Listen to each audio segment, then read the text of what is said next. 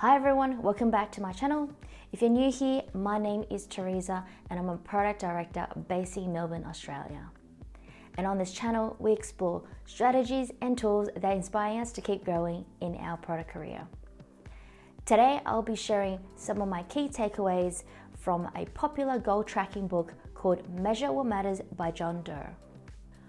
I will go through what are OKRs, why are they so important, and what is the easiest way for your team and your company to adopt it. Before we start, Doerr is an American investor and entrepreneur and is known for his investment in technology companies such as Google, Amazon, and Twitter. John has built his career by working as an engineer and later as a salesperson for Intel, where he learned OKRs during his time there. He later introduced his OKR framework to Google, and now many companies across various industries have adopted this framework. So let's jump into it. So what are OKRs? OKR is short for Objective and Key Result. John explains it's a management methodology that helps to ensure the company focuses effort on the same important issue throughout the organization. An objective is the what is going to be achieved. This needs to be significant, concrete, action-oriented, and ideally inspirational.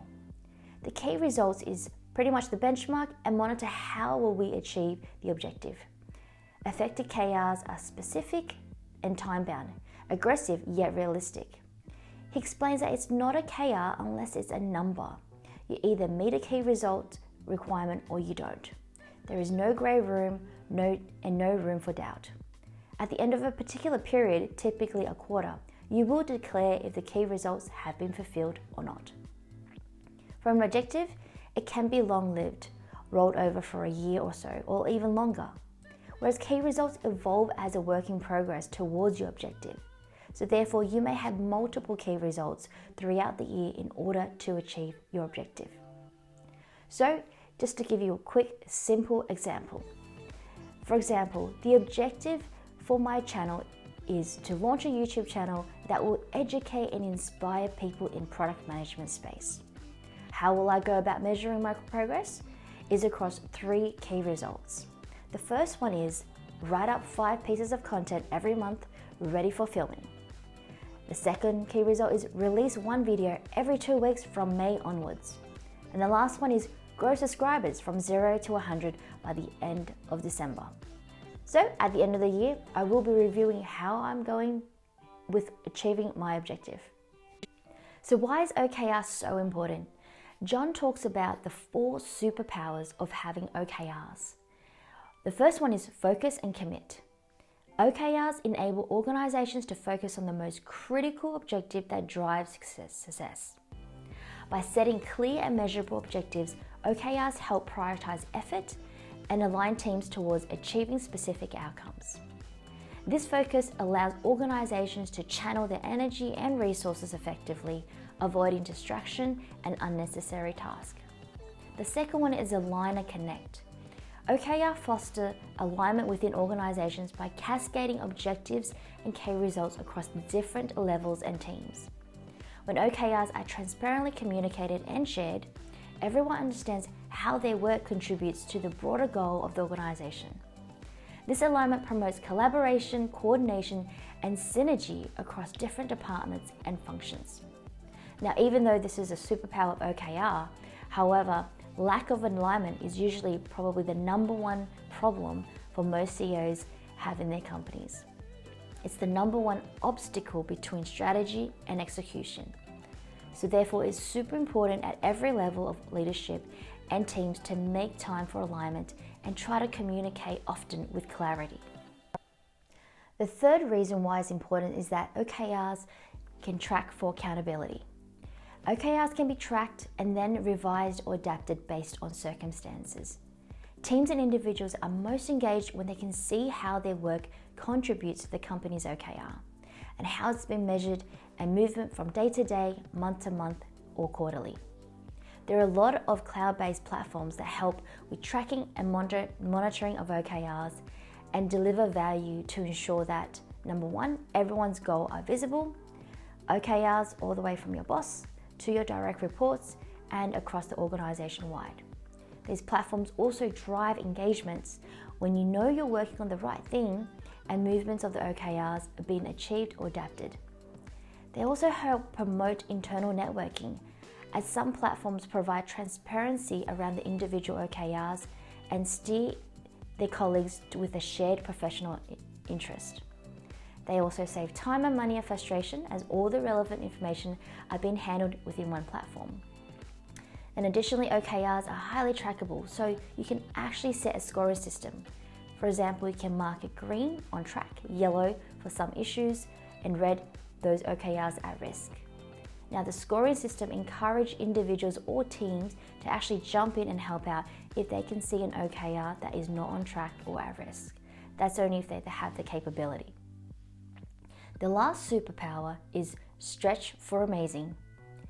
OKR provides a powerful tool for stretching individuals and teams to achieve amazing results.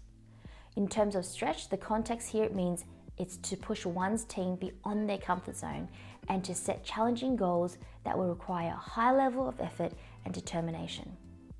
By setting challenging and ambitious goals, individuals and teams are encouraged to think creatively, take risks, and stretch themselves to achieve results that may have previously seemed impossible.